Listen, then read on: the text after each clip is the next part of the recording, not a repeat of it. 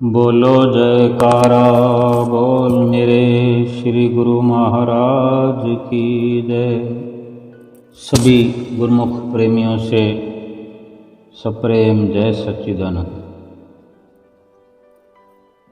संसार में यदि योग की युक्ति से कर्म करते हुए जीवन जिया जाए, जीवन यापन किया जाए, तो संसार में निर्लिप्त रहा जा सकता है।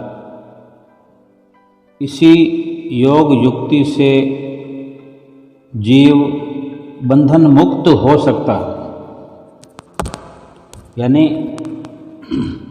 इस संसार के बीच में रहकर, संसार के साथ में रहकर भी संसार से अलग रहा जा सकता है। महाराज जनक का दृष्टांत सभी ने सुना ही है कि किस प्रकार उन्होंने इस संसार में जीवन यापन किया। उनके गुरु हुए हैं याज्ञवल्क्य। महाराज जनक अपना राज्य बिना किसी मोह ममता तथा अहंकार के अपने गुरु याज्ञवल्क्य मुनि के आशीर्वाद और शिक्षा अनुसार चलाते थे। एक बार सत्संग में गुरु याज्ञवल्क्य मुनि ने कहा कि मृत्यु के समय अंतिम इच्छा के अनुसार अगला जन्म इस जीवात्मा को मिलता है। जीवन जिस भी प्रकार से हम जीते रहे हों, बहुत अच्छे प्रकार से या बुरे प्रकार से, लेकिन अंतिम श्वास या अंतिम इच्छा यानी अंतिम श्वास में जो ख्याल उभर आए, जो विचार बन आए, कोई इच्छा का रूप उभर आए, अगला जन्म उसी इच्छा के अनुसार आत्मा को लेना पड़ता है, भोगना पड़ता है। राजा जनक ने अपने गुरु से पूछा, सवाल किया, जब सतगुरु उनके सत्संग कर रहे थे, क्या पूछा कि ये कैसे पता चले कि मनुष्य को दूसरा जन्म उसकी आखिरी इच्छा अनुसार मिला। याज्ञवल्क्य के गुरु ने उत्तर दिया कि यदि दिन में कोई व्यक्ति किसी वस्तु को चाहता है, दिन भर किसी वस्तु की चाहत करता रहता है, वो उसी वस्तु का स्वप्न भी रात को देखता है। उसी अनुसार अगर कोई व्यक्ति किसी लक्ष्य या वस्तु के साथ मोह के कारण भावनात्मक गहराई से जुड़ा हुआ है, वो उसी को जीवन काल में प्राप्त कर लेता है। इसी प्रकार अपने जीवन काल में उत्सुक अभिलाषा पूरी न होने के कारण उसे फिर जन्म लेना पड़ता है। अगर कोई इच्छा रह गई हमारे भीतर, या तो जिस इच्छा की पूर्ति जीवन में हो जाती है वो ख्याल फिर दोबारा नहीं आते, फिर किसी और प्रकार का ख्याल भले ही अंतिम श्वास में आ जाता है, या उस इच्छा पूर्ति होने के बाद फिर कोई नया विचार, नई कामना, मनोकामना उभरती रहती है, जीवन भर चलता रहता है। लेकिन सभी इच्छाएं जीवन काल में पूर्ण नहीं होती। अगर इच्छाओं का, कामनाओं का दौर चलता रहता है तो फिर कोई ना कोई इच्छा मृत्यु के समय भी उभर कर आती ही है।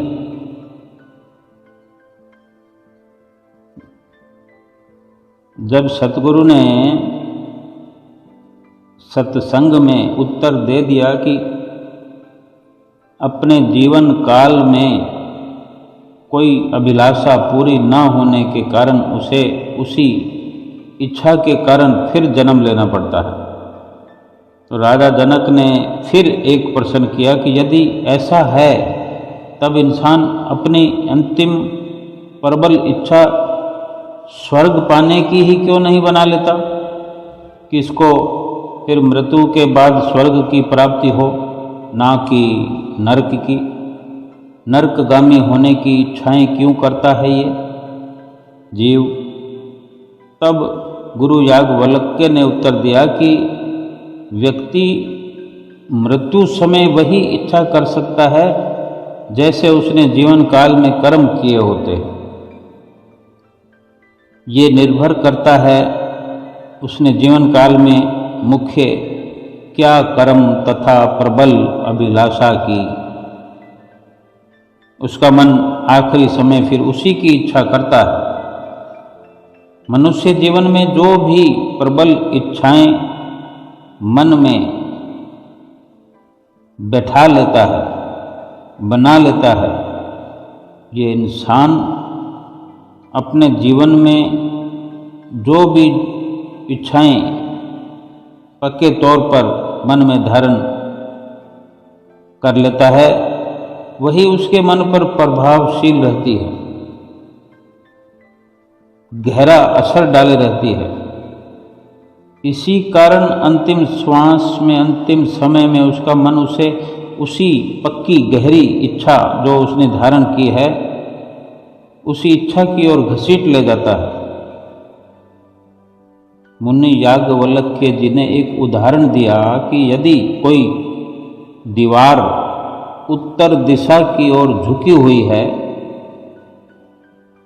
तो भूकंप आदि आने पर वो दक्षिण की ओर नहीं गिर सकती। अगर झुकाव उत्तर की ओर है उस दीवार का, धस गई है दीवार, तो जब भी अवसर ऐसा आएगा, कोई छोटा मोटा झटका भूकंप का आएगा, तो वो तुरंत दीवार उत्तर दिशा की ओर झुकी होने के कारण उत्तर दिशा की ओर ही गिर जाएगी, दक्षिण की ओर उसका रुख नहीं हो सकता। या फिर यूं समझें कि यदि गेहूं बोते रहें, पूरे खेत में गेहूं बो दें और फिर उसी के अनुरूप उसका खेत का लालन पालन करते रहें, पानी, हवा, गुड़ाई बुड़ाई सब सफाई, साफ सफाई करते रहें, सब ध्यान रखते रहें, तो फसल तो गेहूं की उगेगी या जौ की उम्मीद रख सकते हैं हम। ये कुदरत का कानून है और कुदरत का कानून तोड़ा नहीं जा सकता।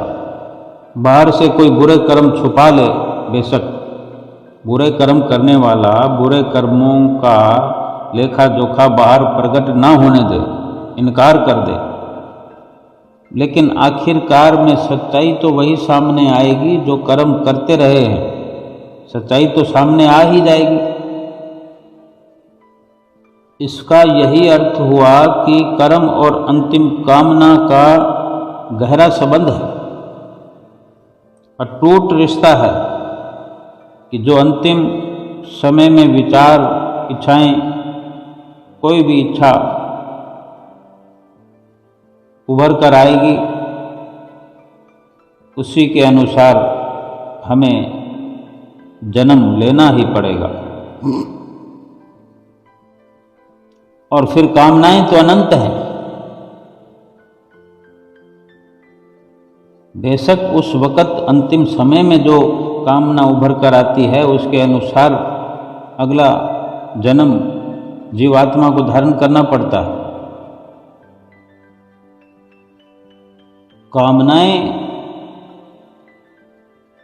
बेशुमार हैं। कर्म बंधन से मुक्ति और निष्कर्म होना तभी संभव है जबकि जीव सभी कामनाओं और कर्मों की आसक्ति को मन से त्याग दे। कोई ये तो सोच नहीं सकता कि ये कामना ना आती तो मेरा ये जन्म ना होता, या मैं कोई ऐसी बुरी कामना को नहीं आने दूंगा। जब कामनाएं भरी पड़ी हैं हमारे मन के भीतर, तो कोई ना कोई तो कामना आएगी, और कामनाएं तो अच्छी होती ही नहीं है। मन के साथ रहकर, मन की गुलामी में, मन की रहनुमाई में जिस जीव ने भी जीवन यापन किया है, जीवन को जिया है, मन के द्वारा उठने वाले विकल्प, संकल्प, कामनाएं अच्छी हो ही नहीं सकती। अगर हम चाहें कि किसी भी प्रकार की कामना आए ही ना, कोई कामना हो ही ना, तो ये तभी संभव हो सकता है कि अगर संपूर्ण तौर पर कर्मों के बंधन से मुक्त होना पड़ेगा। हम जो भी कर्म हम करते हैं, उन कर्मों का बंधन हमारे से हो ही ना, हम उन कर्मों के बंधन में बंधे ही ना, यानी निष्कर्म होकर रहे। ये तभी संभव हो सकता है कि अंतिम समय में, यानी ना जीवन में कोई कर्म बंधन वाले विचारधारा रहे, ना कोई कर्म बंधन वाला जीवन यापन हम करते हों, ना किसी कर्मों के कर्ता बने हों। जब कर्मों का बंधन ही नहीं रहेगा तो ना इच्छाएं पैदा होगी, ना कामनाएं पैदा होगी, जो निष्कर्म होना जिसको कहते हैं। जीव सभी कामना और कर्मों की जो आसक्ति है, मोह है, वो मन से खाली कर दे।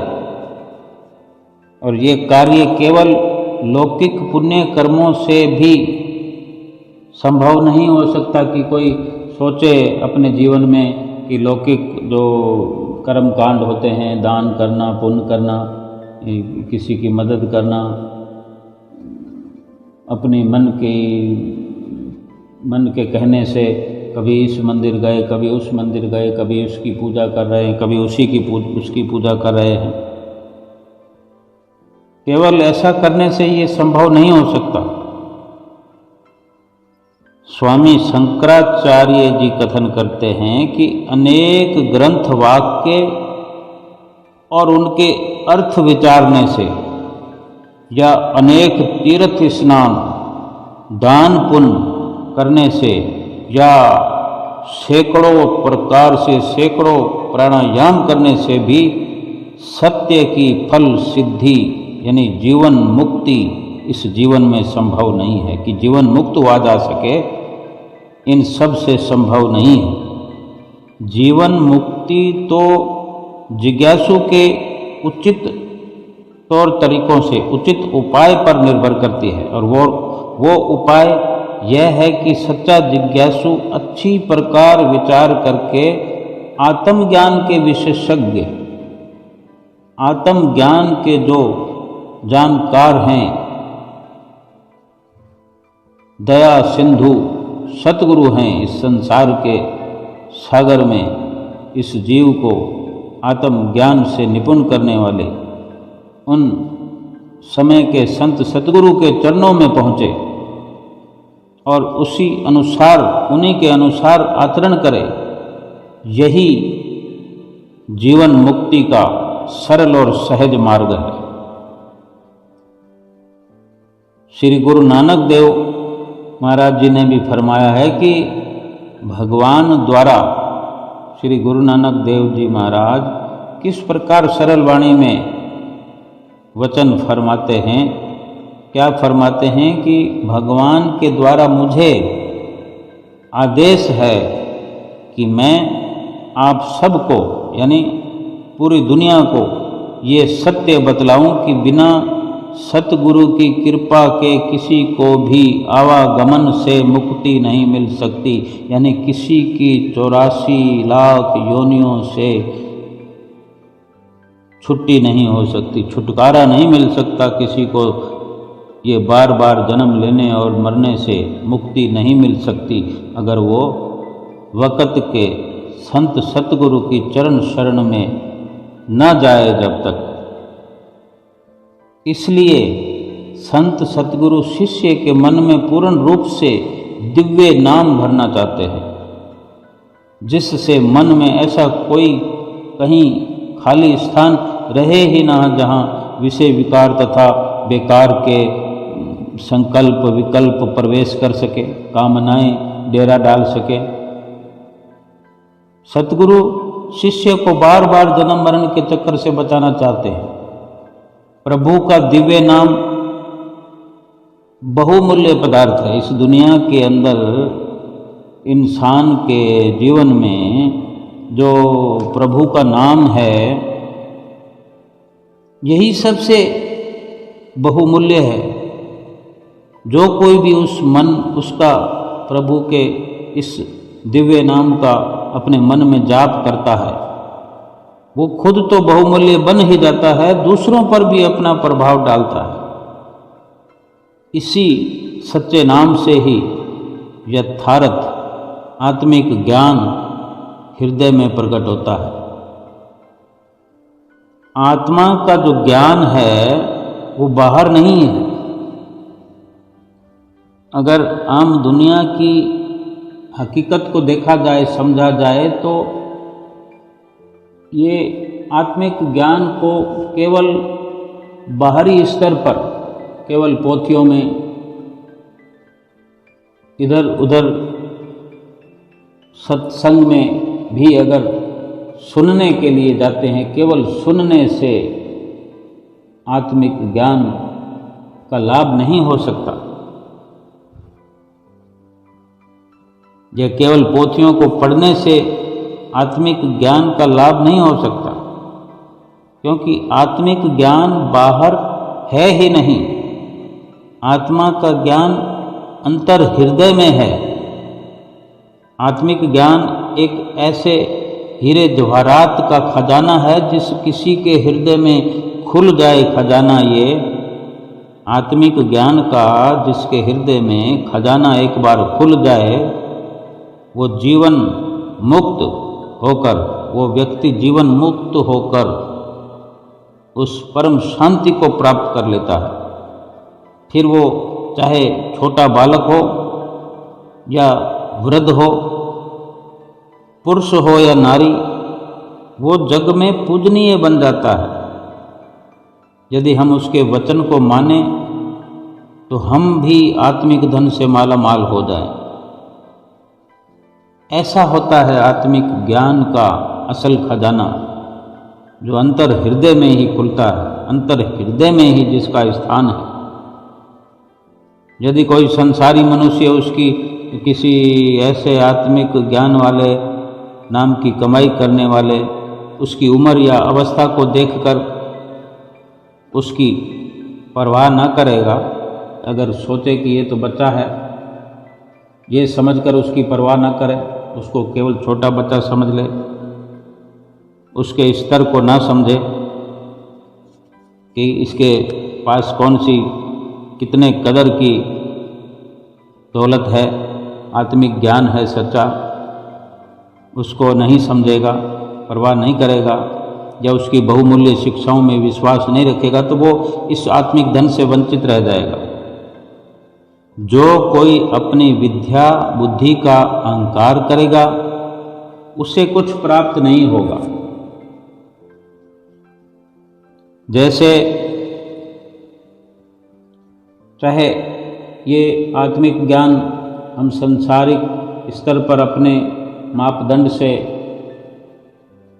जांचते हैं, आंकते हैं, मूल्यांकन करते हैं कि कोई गरीब आदमी है, गरीब अवस्था में है, लेकिन इस उच्च पदवी पर है, या अपने सत्संग के द्वारा या अपने शिक्षा के द्वारा हमें लाभान्वित करना चाहता है, लेकिन हम अपने ऊंचे पद को, अपनी अमीरी को, अपने रुतबे को बड़ा मान करके उसके अहंकार के वशीभूत होकर उस आत्मज्ञान वाले किसी ऊंचे व्यक्तित्व को मान सम्मान ना दे करके अपने अहम में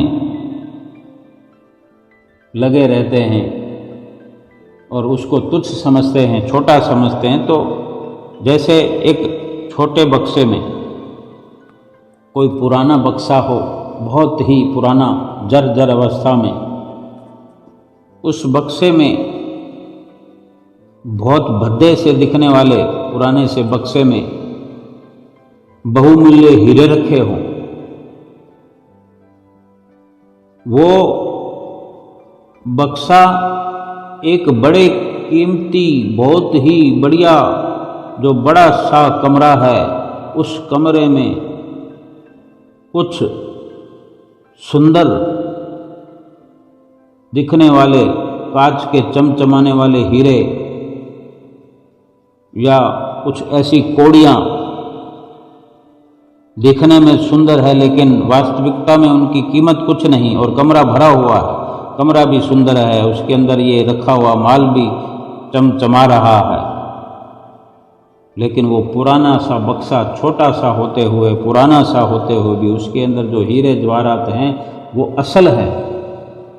तो कमरा भरा हुआ होने पर भी उसकी सारी कीमत का आंकलन करके भी उस बक्से का मुकाबला नहीं किया जा सकता, क्योंकि जो यथार्थता से भरा हुआ है।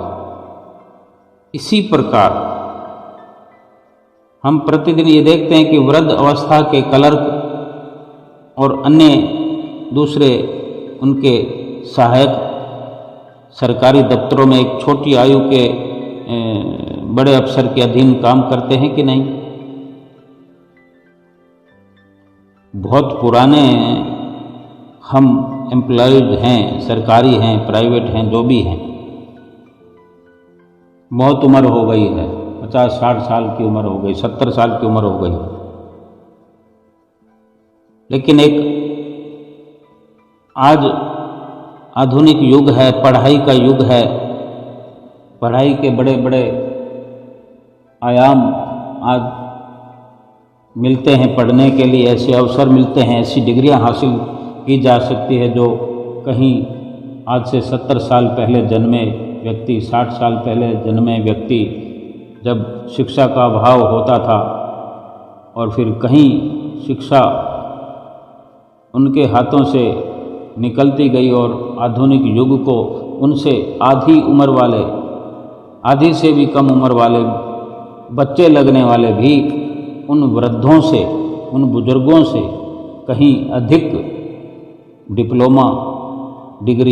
डिप्लोमाधारी बन करके, पढ़ाई में अव्वल हो करके उसी ऑफिस में, उसी कंपनी में जब अपना पद ग्रहण करते हैं तो बड़े बड़े उम्र वाले भी उस छोटी उम्र वाले को नमस्कार करते हैं।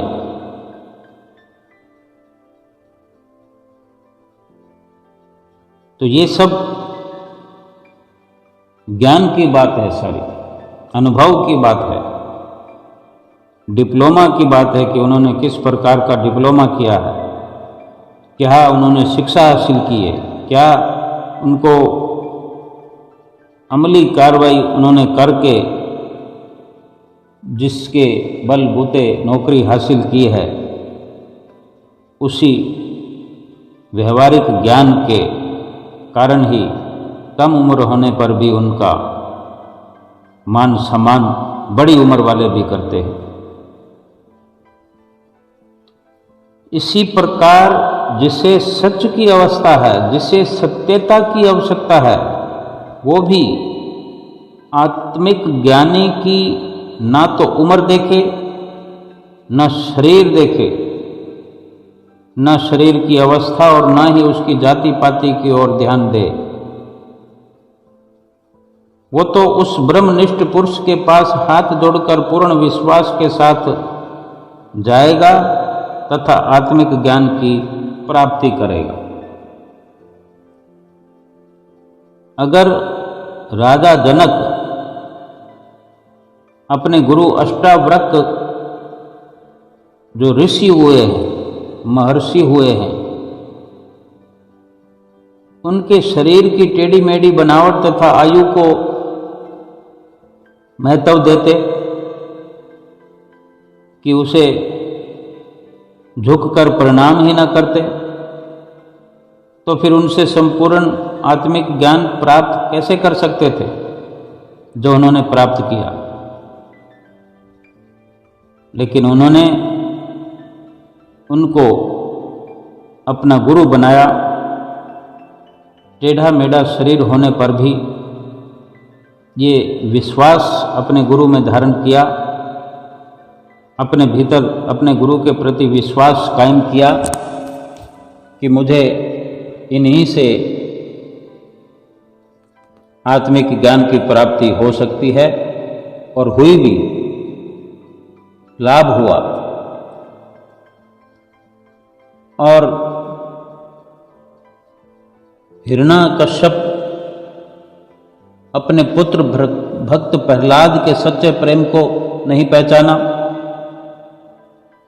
बाप ने बिल्कुल उलट काम किया, जो उसको करना चाहिए था वो नहीं किया।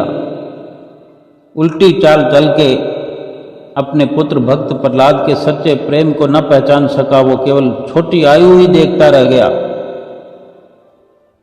और नतीजा क्या हुआ? अंत में सब कुछ गंवा बैठा हिरण्यकश्यप। हिरण्यकश्यप ने अगर वक्त रहते अपने पुत्र भक्त प्रहलाद की भक्ति को जाना होता, विश्वास किया होता, तो कुछ और ये बात होती। इसी प्रकार मेवाड़ के राज्य परिवार ने मीराबाई का श्री कृष्ण भगवान के प्रति सच्चा प्रेम नहीं पहचाना। रात और दिन मीराबाई जो रट लगा कर रहती थी कि मेरो तो गिरधर गोपाल दूसरो ना कोई।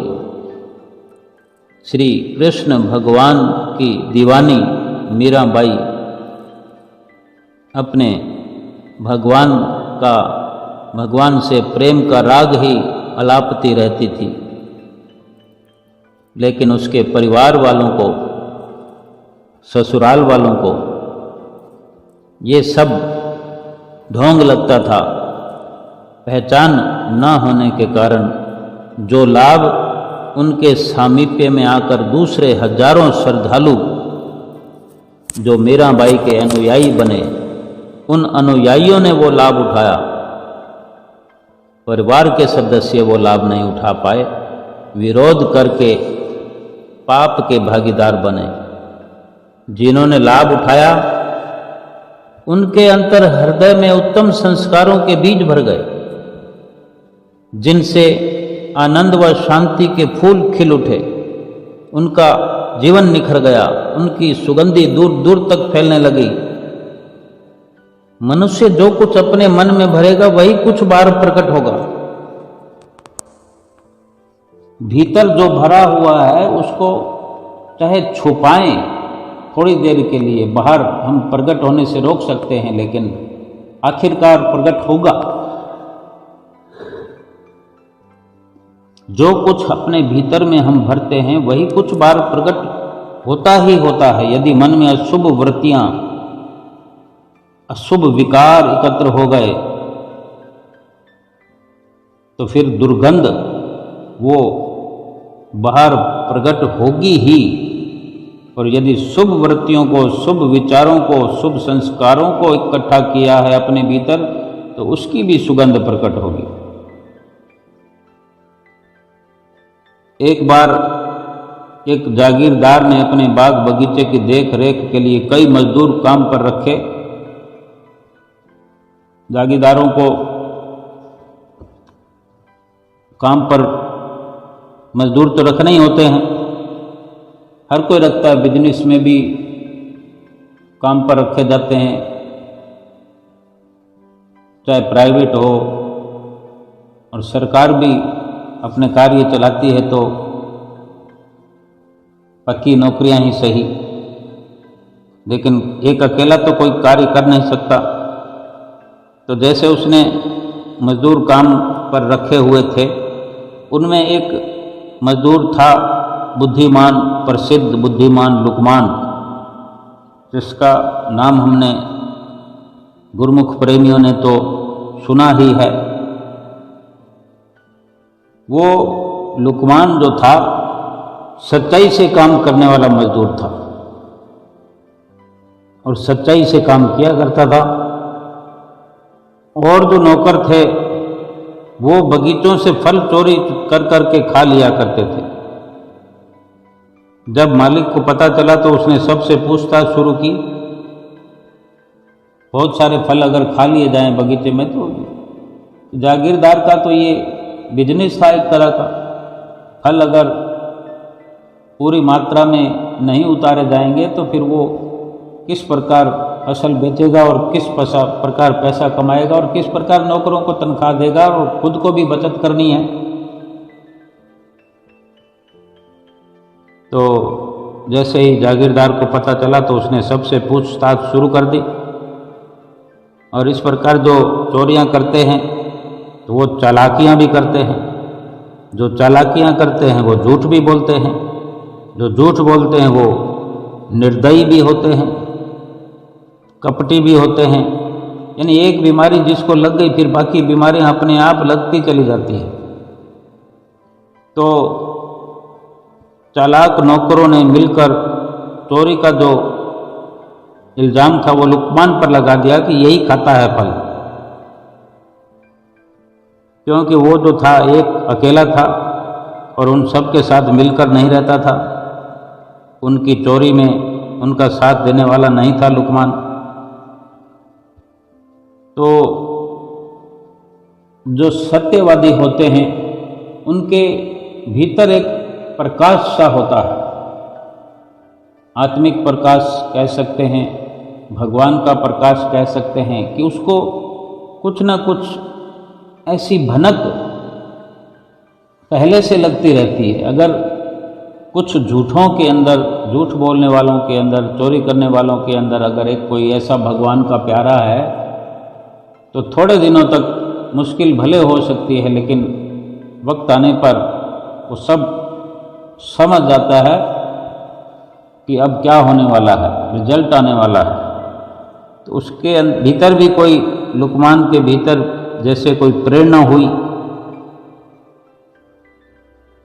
लुकमान ने क्या है कि गर्म पानी का प्रबंध कर रखा हुआ था। तो जब लुकमान की बारी आई बताने की तो मालिक के पूछने पर लुकमान ने कहा, हुजूर मैं एक तरीका बता सकता हूँ जिससे दूध का दूध, पानी का पानी हो जाएगा। तो उसने अपना तरीका बताया कि हुजूर आप हम सबको गर्म पानी पिलाइए और फिर दौड़ लगवाइए सबको। अपने आप ही आपके सामने नतीजा आ जाएगा। तो उस जागीरदार ने वैसा ही सबको हुक्म दिया कि सब गर्म पानी पियो और फिर दौड़ लगाओ। और सब ने जब दौड़ लगाई, गर्म पानी पिया हुआ, उथल पुथल हुई भीतर में और सब लगे उल्टियां करने। और उस उल्टी के अंदर फल के टुकड़े जो फल खाए थे सब ने, वो फलों के टुकड़े उल्टी के दौरान बाहर निकल आए। लेकिन लुकमान के पेट से सिर्फ पानी ही निकला। कोई किसी प्रकार के फल का टुकड़ा लुकमान के पेट से उल्टी के दौरान बाहर निकला ही नहीं। जब उसने खाया ही नहीं तो फिर बाहर कहाँ से आता। तो लुकमान ने फैसला करा दिया और मालिक झट से समझ गया। लुकमान को कुछ कहने की जरूरत नहीं पड़ी, पता लग गया कि कौन सच्चे हैं और कौन झूठा है। लेकिन लुकमान ने इतना ही कहा कि हम जो भी वस्तु अपने बर्तन में डालेंगे बाहर तो वही निकलेगी ना। हम कुछ भी अपने बर्तन में डालकर उसको जुटला नहीं सकते। जब उस बर्तन को पलटी किया जाएगा तो वो अवश्य निकलेगा जो उसमें भरा हुआ है। सब नौकरों ने चोरी की है, सामने जाहिर हो गई। ये जितने भी प्रकार के उदाहरण, दृष्टांत हम सुनते हैं, बार बार सुनते हैं, उनके रिजल्ट अपनी आंखों से भी देखते हैं कि ऐसे ऐसे दृष्टांत जो हमारी आंखों के सामने होते हैं, पर्दे फाश हो जाते हैं देखते ही देखते, फिर भी हमको समझ क्यों नहीं आती, ये दुख की बात है।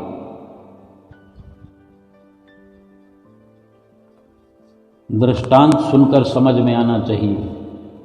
सतगुरु को अपना हितैषी समझते हुए समझ में आना चाहिए। सतगुरु ने जो हमें बार बार ये समय रहते फरमाया है, समझाया है कि अपने भीतर मालिक का नाम इकट्ठा करो, मालिक का नाम जपो, अपने भीतर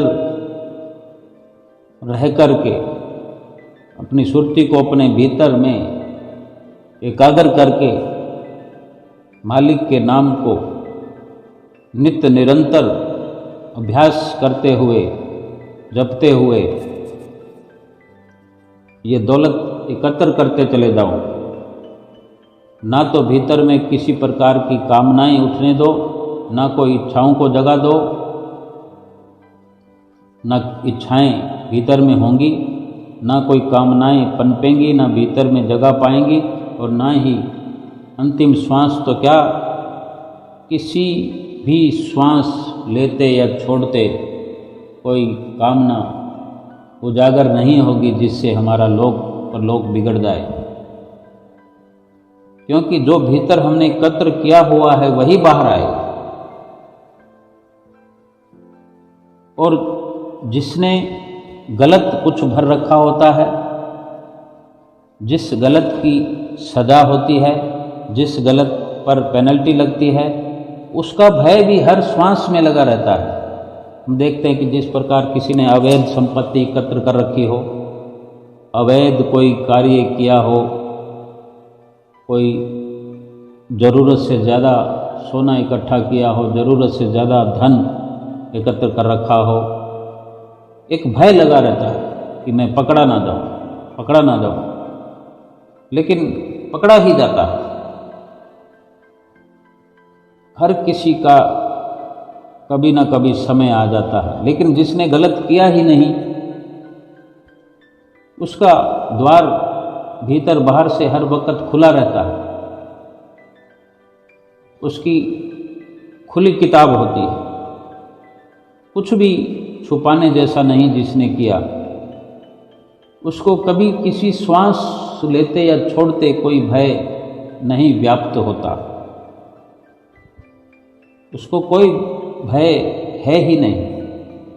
वो केवल लुकमान की तरह सतगुरु के सच्चे सिख होते हैं, सच्चे शिष्य होते हैं। अपने सतगुरु के प्रति जिनकी संपूर्ण आस्था, संपूर्ण विश्वास होता है, वो सतगुरु के कहने पर चलते हैं। अपने भीतर तो भीतर, बाहर भी असत्य का साम्राज्य नहीं फैलने देते, अपने आसपास ही झूठ को नहीं फटकने देते, छल को कहीं दाखिल नहीं होने देते, कपट करने का कभी इरादा भी नहीं रखते, क्योंकि वे जानते हैं कि जो कुछ भी अपने भीतर भरा जाएगा फिर वो अपने लिए ही जन्म और मृत्यु का कारण बनेगा।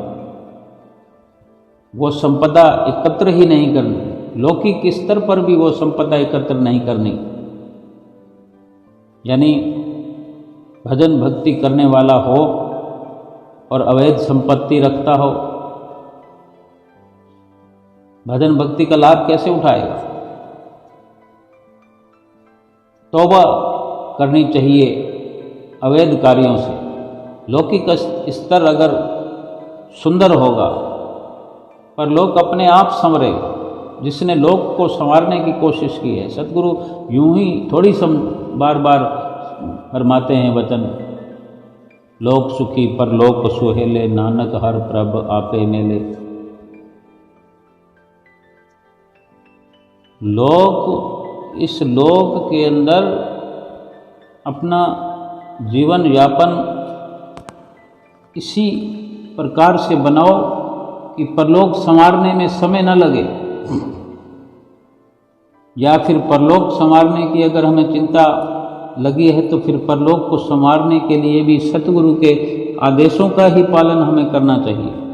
और सतगुरु कभी नहीं सिखाते अवैध संपत्ति को इकट्ठा करो, अवैध कार्य करो, झूठ बोलो, कपट करो, छल करो, लोभ करो।